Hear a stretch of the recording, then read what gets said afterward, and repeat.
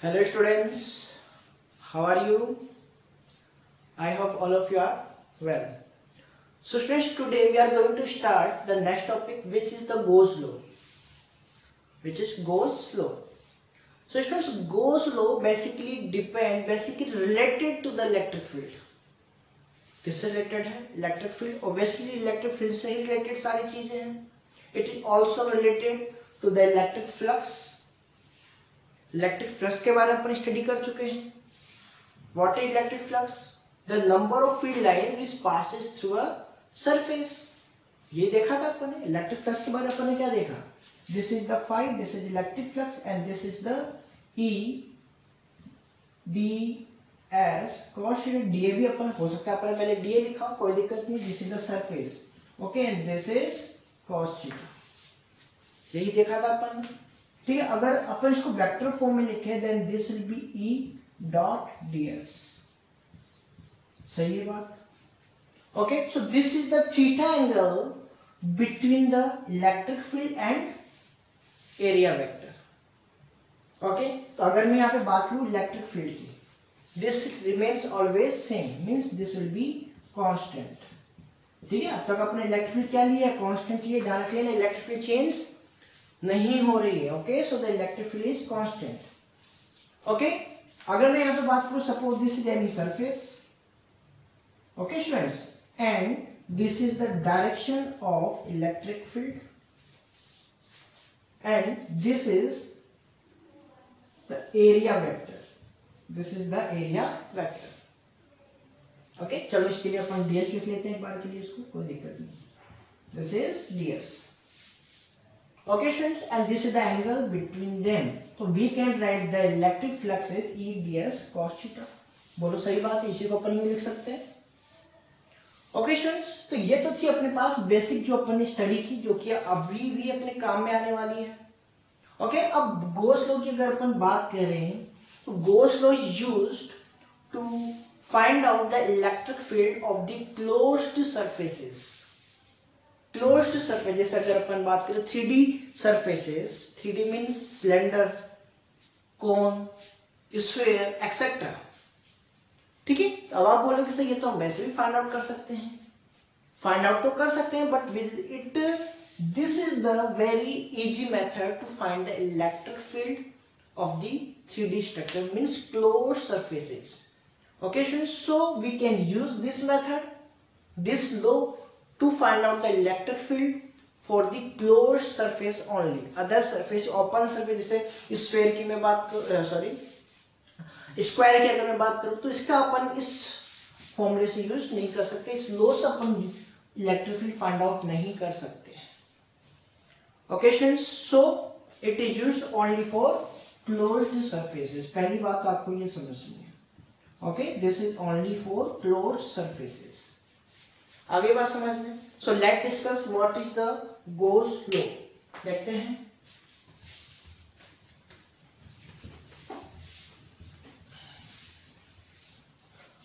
Gauss law किसने दिया था भाई ये law? Friedrich Gauss. Okay students, Friedrich Gauss given this law. Okay students, so अगर अपन बात करें Gauss law, Gauss law. Okay, तो अगर मैं बात करूं तो अपन कह सकते हैं the electric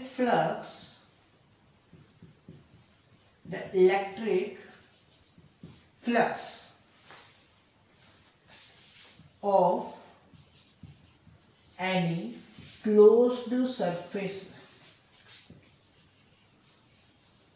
3D closed surface, okay, any three-dimensional closed surfaces, any 3D closed surface, okay, is always equal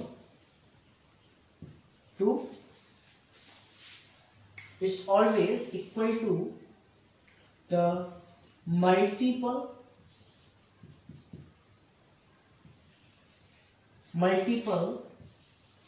of net charge inside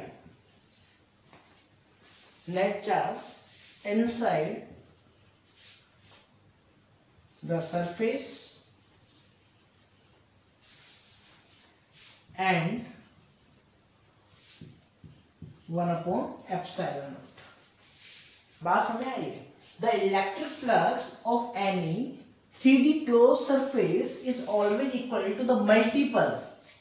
किसका multiple? The net charge inside the surface and 1/epsilon naught. मतलब समझ आया भाई? किन दोनों को multiple? Charge and epsilon naught, 1/epsilon naught. So we can say the electric flux is equals to net charge. Okay students, net charge upon net आना चाहिए यहाँ पे, ध्यान रख लेना. Okay, और वो भी कहाँ हो? इनसाइड. जैसे सपोज करो this is any cylinder. Okay, this is any cylinder. Okay, so the charge should be placed inside the cylinder. अंदर की तरफ ही होना चाहिए, बाहर नहीं, या फिर सरफेस के ऊपर नहीं होना चाहिए. It should be inside the surface. Okay students, so this will be the multiple of net charge and 1/epsilon naught. बोलो कोई दिक्कत है इसके अंदर? ओके, एंड इलेक्ट्रिक फ्लक्स का अपन दूसरा फॉर्मूला भी जानते हैं. क्या जानते हैं? क्या अपन स्टार्टिंग में ये देखा था? This is the multiple of, we can say this is a dot product of electric field and surface area. Okay, area vector and electric field. But यहाँ पे अगर मैं बात करूँ, this is the for 3D surface, so there should be the integration. Okay, and the integration is closed integration. ध्यान रखना ये बात, this will be closed surface. मतलब यहाँ पे जो इंटीग्रेशन होगा किसके लिए होगा? ओनली फॉर क्लोज्ड सरफेस, क्योंकि अपन जानते हैं कि अपने पास सरफेस कैसी है? क्लोज्ड है. ओके, गोल्स लॉ ओनली किसके लिए अप्लाई हो रहा है? For the closed surface. तो this the integration of the closed surface. ठीक है, क्लोज्ड सरफेस का इंटीग्रेशन तरीके शो करता है, अपन ध्यान रख लेना. Okay students, okay, so this will be equal to, क्या अपन ने ये पहले निकाला था? Obviously this is the formula of the electric flux. But अपन ने क्या कहा कि गोस लॉ ने क्या कहा? According to Gauss this is also equal to the q upon epsilon naught. So we can say that this is q net. Okay, अब ये चार्ज कहां पे होना चाहिए? इनसाइड. ये चीज आपको माइंड में रखनी है भी. Charge should be inside upon epsilon not. अब आपको ये पता है, this is epsilon naught, this is the permittivity of the vacuum. पता है ये चीज अपन को. And it's value is 8.85 into 10 power minus 12. ये चीज आपको पता होनी चाहिए. Okay students, so this is the complete flow. बोलो कोई दिक्कत है इसके अंदर? Any doubt? अब इसको अपन प्रूव करते हैं कि वाकई में ऐसा है. क्या वाकई में ये चीज इसकी इक्वल हो सकती है? क्या प्रूव कर सकते हैं? क्या बताओ? बिल्कुल कर सकते हैं. देखो कैसे, देखते हैं.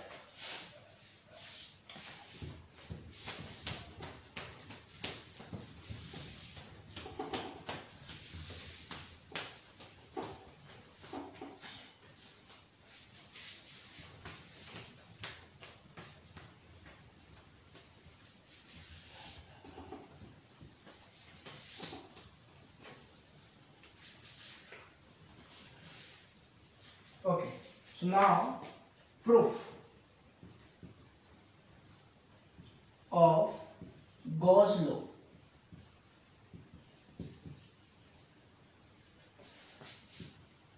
By using, भाई अब तक अपन एक ही तो लॉ पढ़ा है, कूलम्ब्स लॉ. तो कूलम्ब्स लॉ अपन यूज कर सकते हैं इसके लिए. Okay, proof of the Gauss law by using Coulomb's law.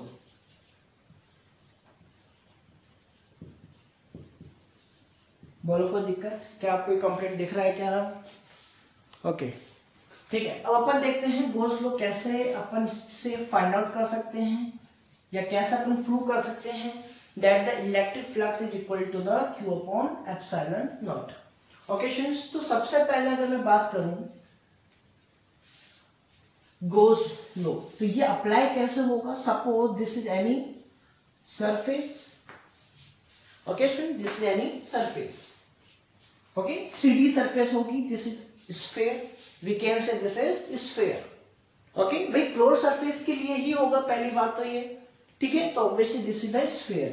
Okay, and this is the charge plus q which is placed inside the sphere. Okay students, अब बात करते हैं कि यहाँ पर अगर मैं कोई भी एक सरफेस ले लूं, ओके, सरफेस लेनी पड़ेगी मुझे, दिस इज एनी सरफेस.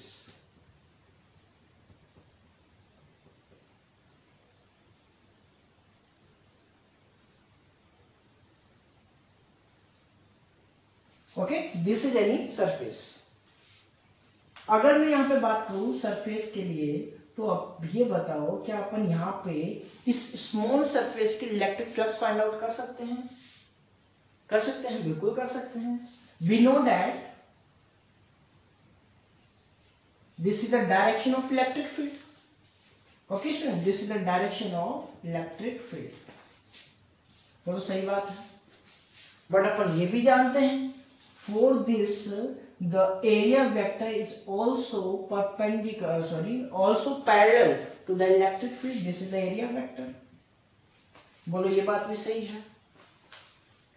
क्या अपन इलेक्ट्रिक फील्ड का फॉर्मूला जानते हैं? सॉरी, इलेक्ट्रिक फ्लक्स का फॉर्मूला जानते हैं. This is the E ds cos theta. So theta will be 0 and we can say that the electric flux is E ds. Okay, this is the small surface. अपन चलो S ले लेते हैं क्योंकि आपके बुक के अकॉर्डिंग अगर अपन देखें, this is the ds. Okay, this is the small area, so this is ds. Okay student, so this will B E ds. Any doubt? बोलो कोई दिक्कत है इसमें? कर सकते हैं. ऐसे ही क्या मैं, अगर मुझे कंप्लीट इसके लिए भाई अगर फ्लक्स फाइंड आउट करना है, सॉरी इलेक्ट्रिक फील्ड अगर अपन को फाइंड आउट करते, तो इलेक्ट्रिक फील्ड तो हर जगह है. यहां से भी इलेक्ट्रिक फील्ड निकलेगी, इधर भी निकलेगी, इधर भी निकलेगी, इधर भी, इधर भी, इधर भी. बोलो सही बात है. तो मतलब यहां पर भी कहीं ना कहीं अगर मैं सरफेस लूं, suppose this any surface, okay, so this will be the direction of electric field. ये क्या होगी? इलेक्ट्रिक फील्ड की डायरेक्शन होगी. बोलो बात समझ में आ रही है? And again the area vector is perpendicular to the surface. Surface की क्या होगा? Perpendicular and parallel to the electric field. So this is again ds. बोलो सही बात है. यहाँ पे कोई दिक्कत है इसमें? Okay student, suppose this is phi1 and this is other electric flux phi2 and this is the E ds. बोलो कोई दिक्कत यहाँ पे? Any doubt? ऐसे ही अगर मैं यहां पे लूं तो क्या होने वाला? वही same thing. For this the electric flux will B E ds. बोलो होने वाला है क्या? क्या हर जगह पे यहाँ पे E ds इलेक्ट्रिक फ्लक्स बनेगा? ऑब्वियसली बनेगा. ओके स्टूडेंट्स, तो सबसे पहले अपन यहाँ पे क्या करने वाले हैं कि यहाँ पे अपन फाइंड आउट करेंगे क्या? इलेक्ट्रिक फ्लक्स फाइंड आउट करेंगे. Okay, we will find the electric at this point. तो सबसे पहले यहाँ पे phi1 की अगर मैं बात करूं, तो यहाँ पे ये इलेक्ट्रिक फील्ड अपन को गिवन है. सो क्या अपन इस इलेक्ट्रिक फील्ड की वैल्यू जानते हैं? क्या अपन सरफेस के ऊपर इलेक्ट्रिक फील्ड फाइंड आउट कर सकते हैं? बिल्कुल जानते हैं अपन. भाई अपन जानते हैं अगर ये प्लस q चार्ज है, ठीक है, अगर अपने पास this is the radius r, okay, so r radius पे क्या अपन इलेक्ट्रिक फील्ड फाइंड आउट नहीं कर सकते? ओके स्टूडेंट्स, सो फर्स्ट अपन यहाँ पे क्या बोलने वाले हैं? द इलेक्ट्रिक फील्ड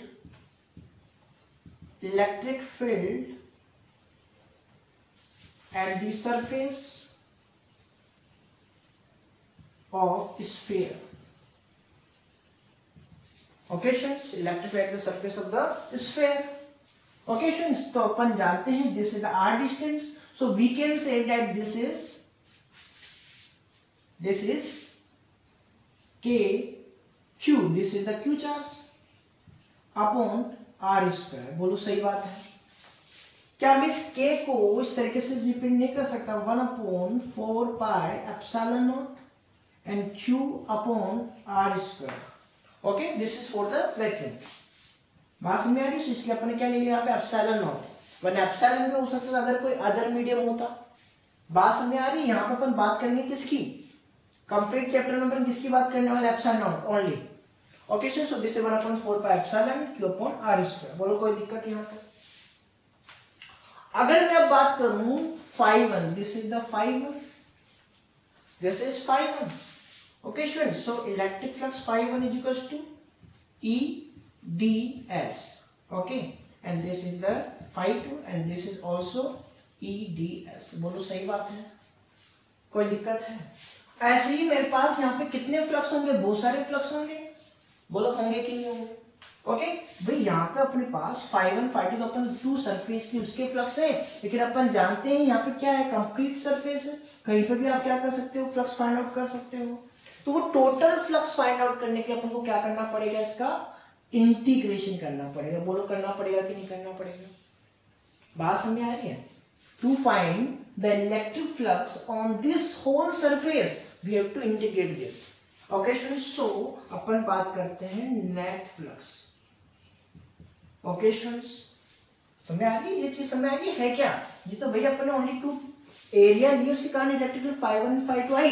बट अगर अपन यहाँ पे और भी electric complete electric field find out करना चाहते हैं तो क्या करना पड़ेगा, नेट फ्लक्स फाइंड आउट करना पड़ेगा। And this is the integration of E d S. बोलो अपन जानते हैं चीज, कोई दिक्कत है?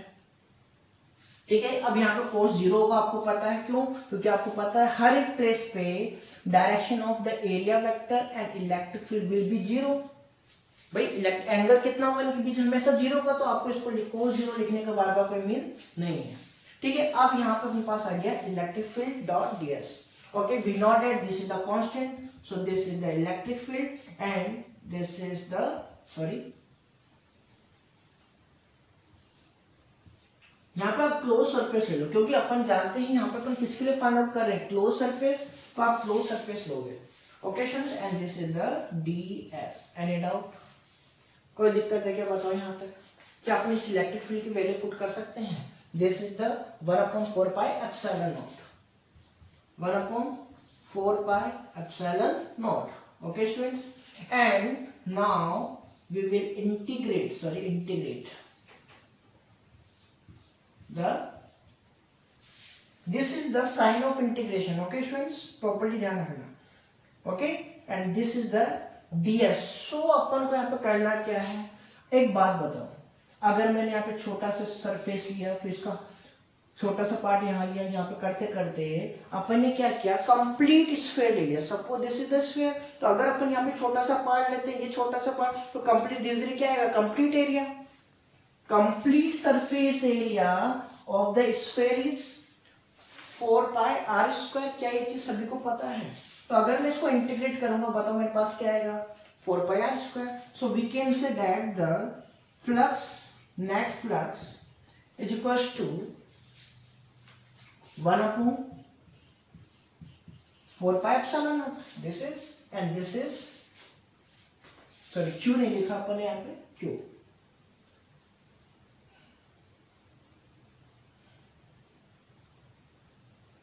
सॉरी यहाँ पे ये थोड़ी अपना रॉन्ग लिख दिया। This is 1/4 pi epsilon naught, this is charge and upon r square. Okay, because the radius, so this is the r square. Okay students, so this is q upon r square. बोलो कोई दिक्कत है क्या इसके अंदर? ठीक है, अब अपन इसका इंटीग्रेशन करते हैं। So the after the integration we will get that the total surface area of the sphere, and this is the 4 pi r square।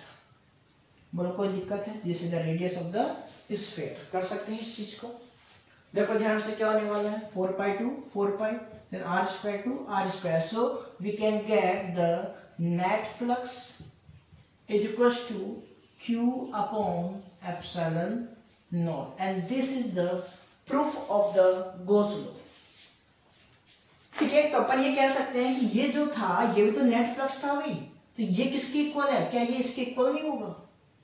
Conclusion ये निकला अपने पास। सो अपन क्या कह सकते हैं, बताओ, the flux, okay, this is flux is equals to the integration E d S is equals to Q upon epsilon naught.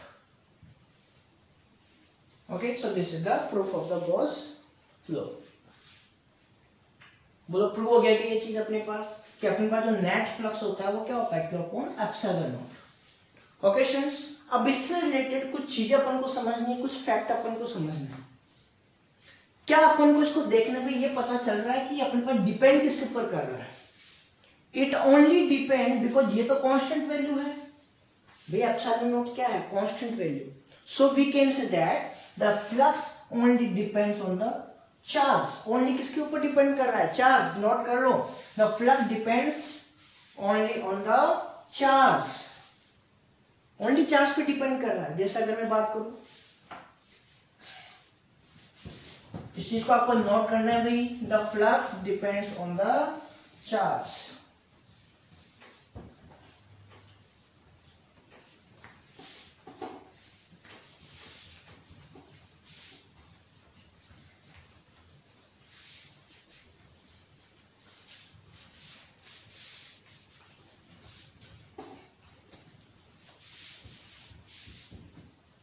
ठीक है, एक चीज और आप नोट कर लो इसी के साथ साथ, the Gauss law is applicable for the Gauss law is applicable for the closed surfaces.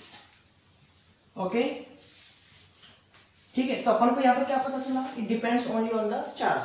Means ये किसके ऊपर डिपेंड नहीं कर रहा, सरफेस के ऊपर डिपेंड ही नहीं कर रहा है। अगर मैं यहाँ पे बात करूं, आपको यहाँ पे पॉइंट लिखना है, the electric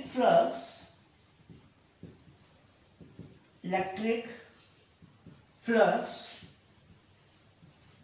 doesn't depend on the size of surface, doesn't depend on the size of surface. बात समझ आ गई? मतलब साइज पे डिपेंड ही नहीं कर रहा है। मतलब क्या हुआ कि अगर मैं यहाँ पे suppose this is any sphere and this is the plus Q charge, अगर मैं इसके फ्लक्स की बात करूं, सपोज यहाँ पे अपने पास इलेक्ट्रिक फील्ड लाइन पर, इलेक्ट्रिक फ्लक्स क्या था? The number of line which passes through the surface. Okay, तो यहाँ से इलेक्ट्रिक फील्ड लाइन बाहर निकल रही है, ये बाहर निकल रही है, बिल्कुल ये बाहर। ओके, ये कंप्लीट इलेक्ट्रिक लाइन बताओ कितनी है? 1 2 3 4 5, ओके सॉरी 6, 1 2 3 4 5 6 लाइंस। ओके, अगर मैं इसी के जस्ट कोसेंट्रिक सर्कल बनाऊं, अगर यहीं पे मैं इसी के लिए मैं क्या बनाऊं? Concentric circle. ओके, और इसको आगे और इंट्रोड्यूस करूं। Okay, this is the electric lines, electric field lines and. तो बताओ इस वाले सरफेस के लिए भी इलेक्ट्रिक फ्लक्स क्या सेम नहीं होगा? बिकॉज नंबर ऑफ लाइंस क्या है? 1 2 3 4 5 6। मतलब कि अपने पास साइज पे डिपेंड ही नहीं कर रहा, चाहे स्मॉल अपने पास स्फीयर हो चाहे वो लार्ज हो। Okay, always the flux, this is the first sphere and this is the second. तो we can say the flux for the first surface is equals to flux for the second surface and equals to the Q upon epsilon naught। अगर इसके अंदर plus Q charge है then this will be always Q upon epsilon naught। बात आई समझ में? बात आई कि second thing इसी में अपने पास पॉइंट आता है, क्या आता है? देखो ये चीज समझ आ गई सभी को? चाहे अपन कहीं पे भी कितने भी अपन सर्कल ले लें, the electric flux will be always same। Okay students, देखो Gauss लॉ से क्या क्या एप्लीकेशन बाहर आ रही है। ठीक है, अगर मैं यहां पे बात करूं, suppose this is any cylinder, okay, this is any sphere and this is any cone. Okay students, and this is the plus Q charge, plus Q charge and plus Q charge. बोलो कोई दिक्कत है? Okay, then what will be the relation of the electric flux between them? बताओ electric flux कितना होगा? अपन ने क्या पढ़ा? It doesn't depend on the size, मतलब साइज पे डिपेंड ही नहीं करता है, कुछ भी हो लेकिन कैसा होना चाहिए, the surface should be closed, close surface है भाई, अंदर रखा हुआ देखो क्लोज्ड है, चार्ज का इसके इनसाइड है और चार्ज में से इनसाइड ही होना चाहिए। Okay, so we can say the electric flux will be Q upon epsilon naught. यहाँ पे इलेक्ट्रिक फ्लक्स क्या आएगा बताओ, Q upon epsilon naught, and यहाँ पे भी इलेक्ट्रिक फ्लक्स बताओ कितना आने वाला है, Q upon epsilon not. Means always the electric flux is same for the same charge. अगर चार्ज सेम है द इलेक्ट्रिक फ्लक्स भी क्या आएगा बताओ, सेम आएगा। बोलो ये बात समझ में आ गई? फटाफट इसको आप नोट करेंगे। ओके स्टूडेंट्स, क्या आपको सभी को समझ में आ गई ये चीज? Okay, now we will discuss the some basic questions related to this topic. Suppose this is any cube.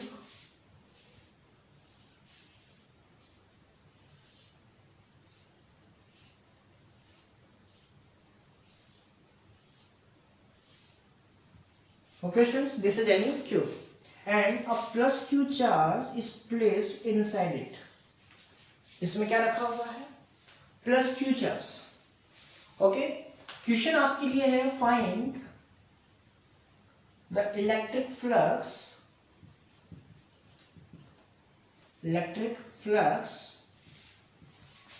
at each surface of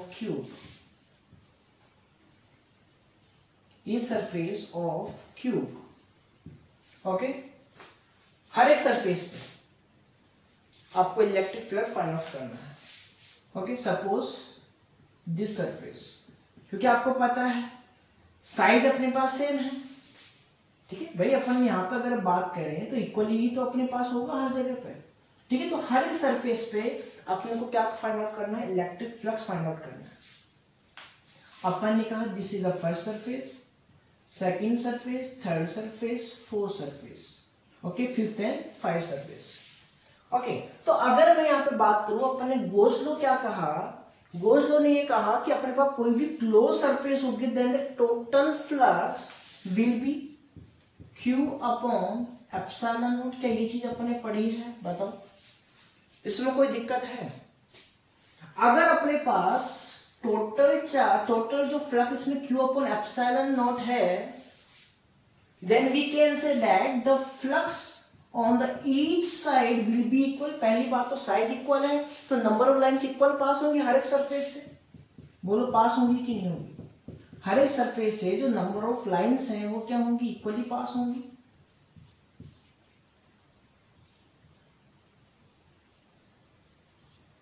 अरे भाई बात आ रही है समझ में आपको? समझ में आ रही है? ठीक है, तो अगर मुझे ओनली वही, ये अपने पास किसके लिए है, this is the total flux, मतलब टोटल फ्लक्स किसके लिए, all the surface. Total surface कितनी है, 6। Okay, so this is the flux for the 6 surface. If you want the flux for the 1 surface then this will be Q upon 6 epsilon. भाई सही बात है क्या, 6 से डिवाइड कर दो, क्योंकि अपन जानते हैं हर एक फ्लक्स क्या होना चाहिए, इक्वल। बात समझ में आ रही है? ठीक है, then this will be 1 upon 6 of the Q upon epsilon. बोलो ये बात समझ में आ गई आपको? कोई दिक्कत है इसके अंदर? ओके स्टूडेंट्स, तो ये छोटा सा क्वेश्चन था इसके लिए। नेक्स्ट अगर अपन बात करें, चलिए नेक्स्ट अपन बात करते हैं प्रॉपर्टी की।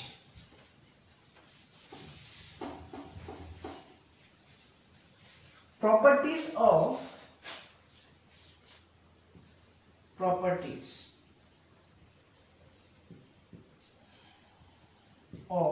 Gauss law। स्टूडेंट ध्यान से आपको ये चीज समझनी है, because this is very important. First अगर मैं बात करूं, फर्स्ट अपने पास है अकॉर्डिंग टू दिस, अपन ने कहा कि भाई जो चार्ज है वो कहां पे होना चाहिए, इनसाइड होना चाहिए। ओके, तो अपन यहाँ फर्स्ट पॉइंट क्या लेंगे, the charge is, okay, the charge,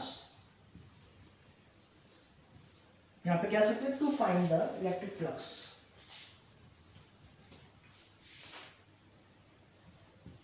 to find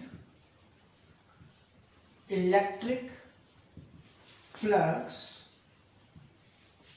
the charge should be inside the closed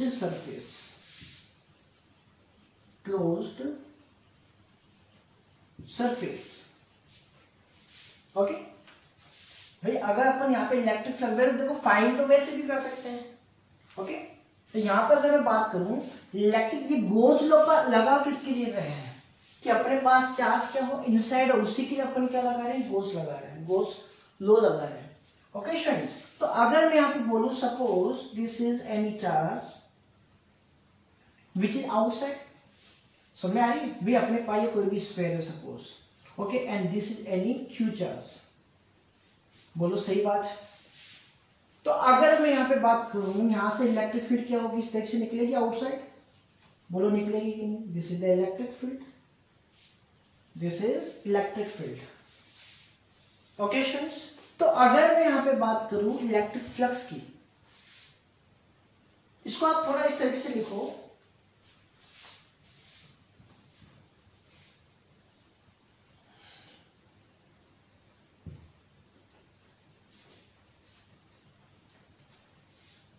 to apply Gauss law. बात समझ आ रही है, to apply Gauss law. Okay the charge should be inside the surface, close surface.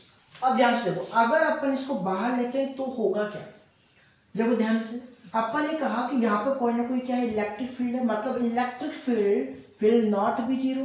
भाई अगर अपने पास बाहर अपने पास कोई भी चार्ज है तो इलेक्ट्रिक फील्ड जीरो तो नहीं होगी, ये तो बात सही है. Okay but what will be the electric flux, भाई इलेक्ट्रिक फ्लक्स क्या होगा, इलेक्ट्रिक फ्लक्स की अगर मैं बात करूं this is the scalar quantity, so it will depend on the electric field which is coming inside and coming outside. बोलो सही बात है. तो अगर मैं यहाँ की बात करूं तो इसके लिए अपने पास the direction of the area vector will be outside. भाई अपन ने देखा था एरिया वेक्टर का डायरेक्शन आउटसाइड होगा, perpendicular to this, perpendicular to this. बोलो सही बात है, ठीक है. और इसके लिए अगर मैं बात करूं this is always outside, this is always outside, बोलो सही बात है, ठीक है. तो अगर मैं इसके लिए कहूं तो अपने पास यहाँ पे जो फ्लक्स आएगा this will B minus E A, and for this point, ठीक है, इस पॉइंट के लिए क्या आएगा, नेगेटिव, क्योंकि अपने पास जो लाइन्स है वो इनसाइड आ रही है. And for this point the flux will B positive E A. Okay so both will cancel out. भाई यहाँ से जो इलेक्ट्रिक इनसाइड गई और यहाँ पे जो आउटसाइड जा रही है क्या ये कैंसिल आउट करेंगे एक दूसरे को. यहाँ की मैं बात करूँ same thing, both will cancel out each other, both will cancel out each other. Okay तो we can say that the flux inside, मतलब जो लाइंस इन अंदर जा रही है, okay the flux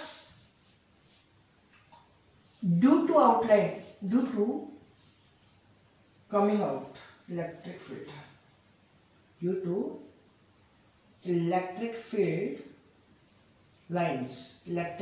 lines coming out.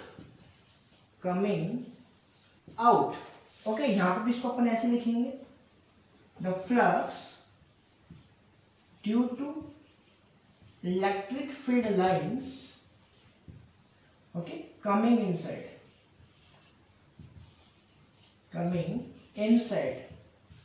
will be equal. बोलो सही बात है कि दोनों इक्वल होंगे. अगर ये इक्वल हैं, दोनों का साइन अपोजिट है, तो we can say both will cancel out each other. Okay so the total flux will be zero. यहाँ पे फ्लक्स क्या आने वाला, जीरो आने वाला. But student this is very important that the electric field will not be zero. Electric field zero नहीं है, फिर भी फ्लक्स क्या आ गया बताओ, जीरो आ गया. कब आ गया, जब अपने पास चार्ज क्या है, आउटसाइड है. This is very important concept. इसीलिए अपन गोस लॉ के लिए क्या यूज करते हैं, क्योंकि अपन जानते हैं गोस लॉ फ्लक्स को तो काम में ले रहे हैं. तो अगर गोस लॉ आपको यूज करना है then the charge should be placed inside. Okay students, पहला कॉन्सेप्ट तो ये, ठीक है. नेक्स्ट अगर मैं बात करूं, समझ में आ गई चीज आपको. Okay, so students, next point is next point.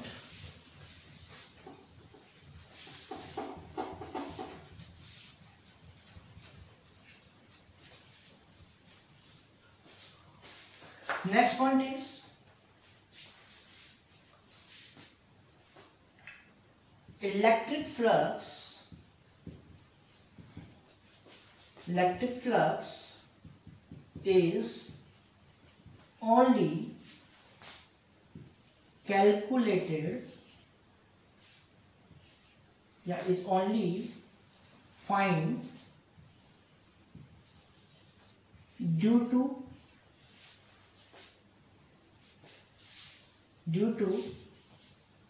all charges placed inside. अब इसका क्या मतलब है कि भैया अगर मैं कोई charge, suppose this is any surface, okay, this is a sphere, okay, this is the q1 charge and this is q2 charge and this is the q3 charge. Okay student, this is the q3 charge. अगर मैं यहाँ पे flux find out करूं, we know that the flux is total charge inside, ठीक है, net charge inside the closed surface then upon epsilon naught. So we can say that this will be sum of the q1 plus q2 upon epsilon naught. Okay students, भाई इस बाहर वाले से इसको कोई लेना देना नहीं है. बात समझ में आ गई? Okay, next point.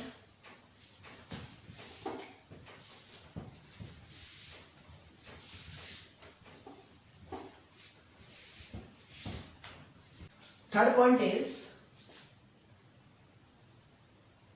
electric flux, total electric flux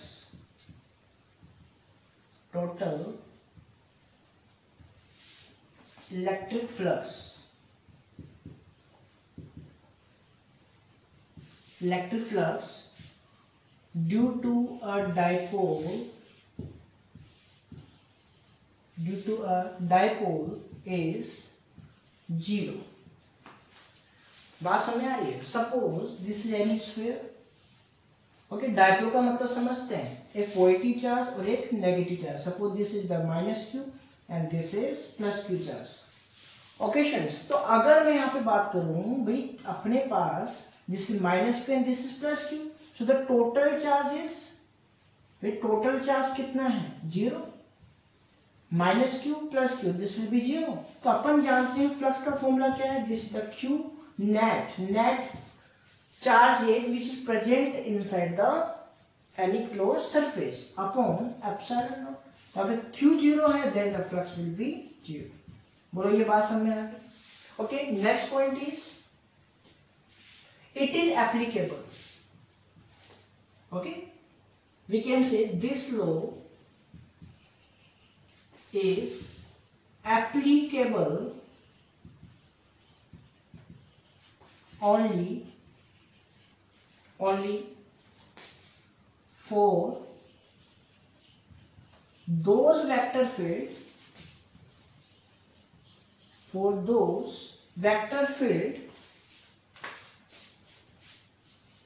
okay, those vector field which follow inverse square law. This is very important. Inverse square law. भाई अपने पास ये इनवर्स स्क्वायर लॉ को क्या करना चाहिए? फॉलो करना चाहिए. जैसे अपन ने फ्लक्स के बारे में, जैसे अगर मैं बात करूं इलेक्ट्रिक फील्ड की, मैं बात करूं, मैं फ्लक्स की बात करूं, जैसे अपन बात करें ग्रेविटेशनल फोर्स, क्या इनवर्स स्क्वायर लॉ को फॉलो करते हैं? ओके, तो अपने पास जो गॉस लॉ है, जैसे आपको याद होगा in the 11th class in the gravitation chapter we also used the Gauss law. Shortly किया था बट किया था. बात समझ आ रही है? ठीक है, तो उसके लिए अपने पास ओनली Gauss law किसके लिए अप्लाई होगा? Only for the inverse square law. Okay, समझ आ गई बात? This is important. Okay, next अगर मैं बात करूं, पहले आपको एक चीज समझनी है, Gaussian surface. Okay students, Gaussian surface. अब ये गॉसियन सरफेस क्या है? Okay student, this is the imaginary surface, okay, which we assume to find the electric field। मतलब इस लॉ को अप्लाई करने के लिए अपन ये अप्लाई करते हैं, गॉस लॉ को अप्लाई करने के लिए। कैसे? Suppose this is any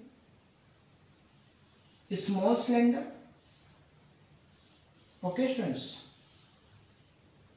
and this is the charge which placed at this surface. जैसे अपने पास सिलेंड्रिकल जो अपर सरफेस है उसके ऊपर चार्ज रखा हुआ है। Suppose this is cylinder and the charge is placed at this surface. यहाँ पर चार्ज रखा हुआ है, but law says that the charge should be placed inside the cylinder. यही लॉ कहता है कि भी चार्ज कहाँ होना चाहिए? अंदर होना चाहिए। सही बात है जी। अगर अपने पास चार्ज अंदर नहीं है तो अपन इसको कुछ अज्यूम करते हैं, okay. We will draw a imaginary surface. क्या करना पड़ेगा अपन को? एक इमेजिनरी सरफेस ड्रॉ करना पड़ेगा। बात समझ आ रही है? Imaginary surface, okay. जैसे सपोज करो this is any bowl, okay, bowl type, and the charge is placed at this surface. Okay students, so we have to assume a surface, okay, which make it the closed surface. Okay, अब देखो charge inside आ गया कि नहीं आया? But this is the condition that this surface should be symmetrical, from this charge। मतलब अगर ये length L है then this should be L length। बात समझ आ रही है? If this radius is R, okay, sorry, if this distance, ये अपने देख लिया, अगर यहाँ पर ये distance R है, then this distance should be R। Understood? Okay, if the radius of this is R, then this radius should be R। Okay, so this is the symmetrical surface। कर सकते हैं? This surface, this imaginary surface is called Gaussian surface। Okay student, this is called Gaussian surface। ये आपको ध्यान रखना है। कर सकते हैं? ओके, तो इससे रिलेटेड कुछ चीजें अपन यहाँ पे देखने वाले हैं अभी, तो ये चीज आपको ध्यान में रखनी है। वो कर सकते हैं। एक चीज और आपको ध्यान में रखनी है,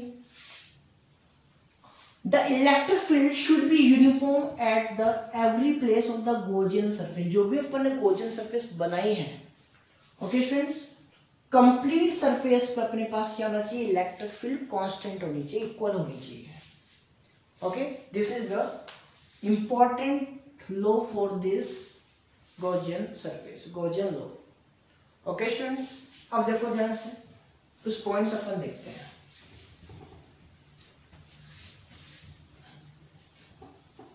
Okay, next point is fourth point, fifth point, I think fifth point। Okay students, तो अपन यहाँ पे क्या बोलेंगे? The Gaussian surface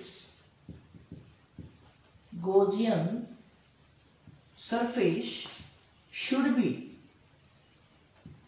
symmetrical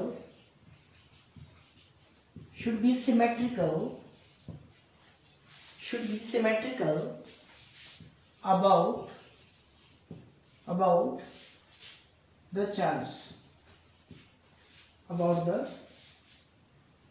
charge distribution।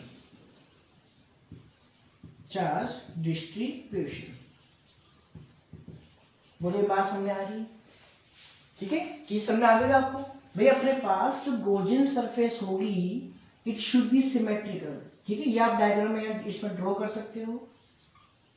This is cylinder, okay, and this is the charge, so we will draw a cylindrical surface which is the symmetrical to this cylinder। Okay students, this distance should be equal, L, and this is L। Okay, if this is R, then this should be R। Okay students, okay, next point is the electric field,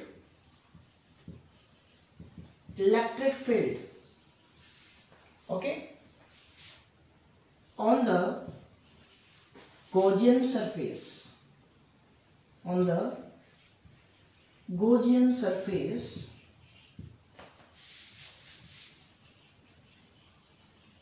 should be equal. Okay, the electric field on the Gaussian surface should be symmetrical. बोलो बात आ गई समझ में? Okay students, so these are the important properties. एक property अगर अपन वो लेना चाहें तो अपन बोल सकते हैं the angle between the electric field and the area vector. क्या? The angle between electric field, okay, short में लिख दे इसको, electric field and area vector, okay, should be equal at Gaussian surface.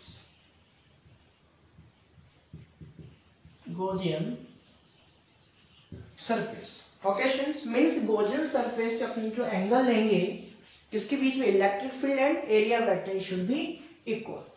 Okay, तो ये कुछ फैक्ट्स हैं भाई, ये आपको ध्यान में रखने हैं, वो लोग कर सकते हैं. So these are the properties which are based on the Gaussian law. Okay, Gauss law. Okay, so now we will discuss the some question related to the Gauss surface. Okay, देखते हैं. Now we will discuss the some questions. Okay, suppose वही जैसा भी अपने cylinder लिया, suppose this is any cylinder. Okay, and the charge is placed at this upper surface. Okay, upper circular part. यहाँ पे charge अपने पास प्लेस्ड है. Question अपने पास है find electric flux, okay, due to q charge, okay, due to plus q charge. वैसे this is a positive, भाई negative भी हो तो भी कोई दिक्कत वाली बात नहीं हुई, इनसाइड होगा बस ये नेगेटिव हो जाएगा इलेक्ट्रिक फ्लक्स. ओके स्टूडेंट्स, तो अब यहाँ पर देखो इसको अपन को फाइंड करना, तो क्या करना पड़ेगा. Okay, we have to assume a cylindrical imaginary part which is symmetrical. Okay, which is symmetrical. अगर मैं यहाँ पे बात करूं, if this length is L, okay, if this length is L, ठीक है, L अपने हिसाब से कुछ ही मान लो, कोई टेंशन वाली बात नहीं है. Okay, so this will be also L. बोलो सही बात है, ठीक है. अगर अब मैं बात करूं तो क्या मैं अब इलेक्ट्रिक फ्लक्स फाइंड आउट कर सकता हूं, बिकॉज पहले अपने पास कहां था, on the surface, so we can not find the electric flux. Okay students, but now we can find the electric flux by using the Gauss law. Okay students, तो यहाँ पे क्या बोलना पड़ेगा आपको, वी विल अज्यूम अ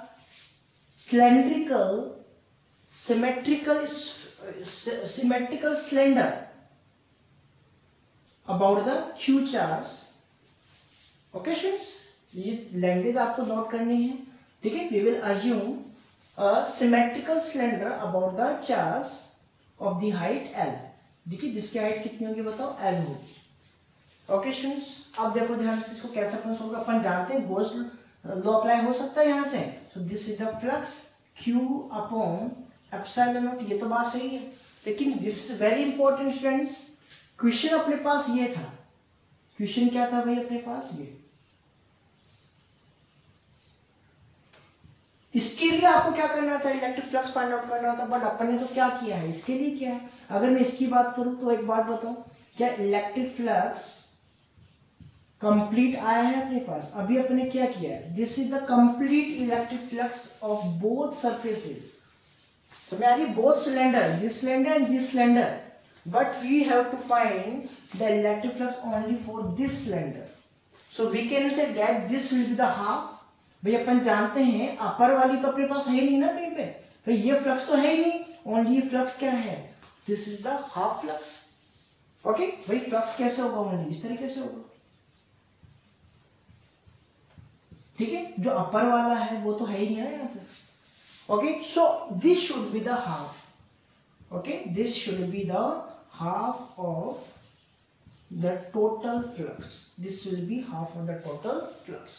बोलो कर सकते हैं इस टाइप से, ठीक है। ऐसे अगर अपने पास कोई क्वेश्चन आया, सपोज करो this is the sphere, okay, suppose this is any sphere, semi sphere, okay, this is the semi cylinder and this is the semi sphere, okay, this is the semi sphere and this is the charge on the circular part. बात समझ में आ रही है? तो ये अपन कैसे find out करेंगे अभी बताओ। Again we will assume a Gauss surface. बात समझ में आ रही है? क्या अज्यूम करना पड़ेगा बताओ? Gauss surface, and the Gauss surface is, it should be symmetrical. बोलो सही बात है, ठीक है। डायग्राम थोड़ा सा आप अज्यूम कर लेना ऑब्वियसली, ठीक है। This is the sphere. तो अब अपन क्या कर सकते हैं, फाइंड आउट कर सकते हैं, and we know that the total flux of this sphere is Q upon epsilon naught. But अपन को फाइंड किसका करना है ओनली, अपन को तो नीचे वाले का फाइंड आउट करना है, तो obviously this should be the half. बोलो ये बात समझ आ रही है? Semi circle, semi sphere, sorry hemisphere इसको अपन कह सकते हैं, this is the hemisphere, okay students, and this will be q upon 2 epsilon not. बोलो कर सकते हैं, ओके। नेक्स्ट क्वेश्चन,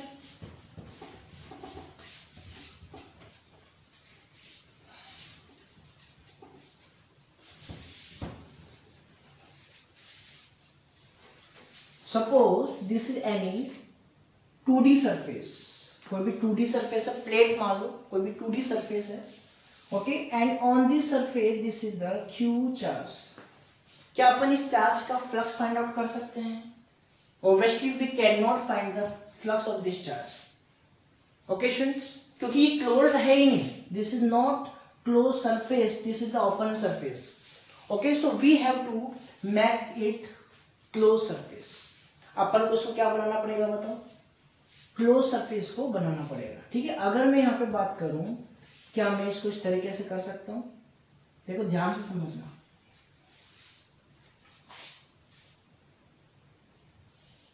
देखो इमेजिन करना,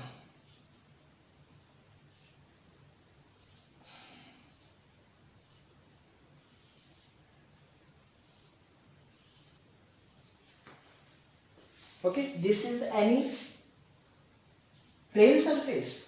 अगर अपने पास ये प्लेन सरफेस है, सपोज ये अपने पास प्लेन सरफेस है, दिस इज द प्लेन, बात समझ आ रही? This is the plane, okay, और इसके ऊपर क्या था अपने पास? चार्ज था, this is the Q charge, okay students. तो अपन ने क्या किया है यहाँ पे किया क्या, ध्यान से समझना।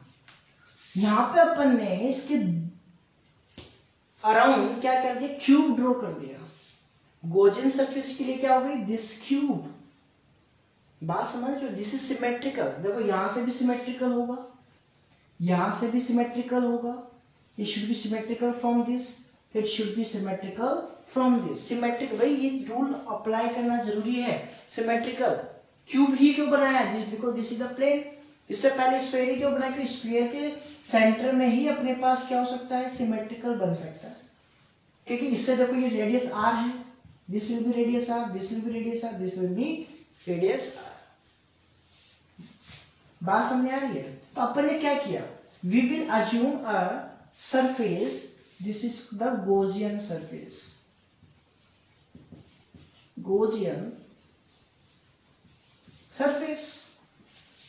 बात समझ आ रही है कि भाई ये अपने पास गॉसियन सरफेस अपने क्या कर ली? इस चार्ज के अराउंड अज्यूम कर ली, क्योंकि एक किसी प्लेन पे अपने पास अगर कोई चार्ज है तो उसका गॉसियन सरफेस क्या होगा? क्यूब ही हो सकता है, क्यूबॉइड हो नहीं सकता, क्योंकि अपन जानते हैं क्यूबॉइड है the different sizes, different sides, surface क्या होंगे? उसकी डिफरेंट साइड्स की होंगे, तो obviously this will be not symmetrical.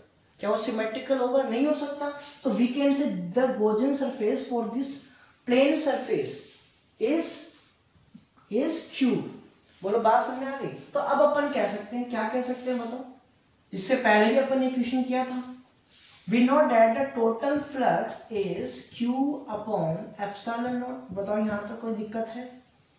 Any problem? But we want to find only this surface. क्या इसी surface पे अपन को find out करना है? बोलो सही बात है। अगर मैं surface की बात करूँ तो ध्यान से देखना, देखो ध्यान से,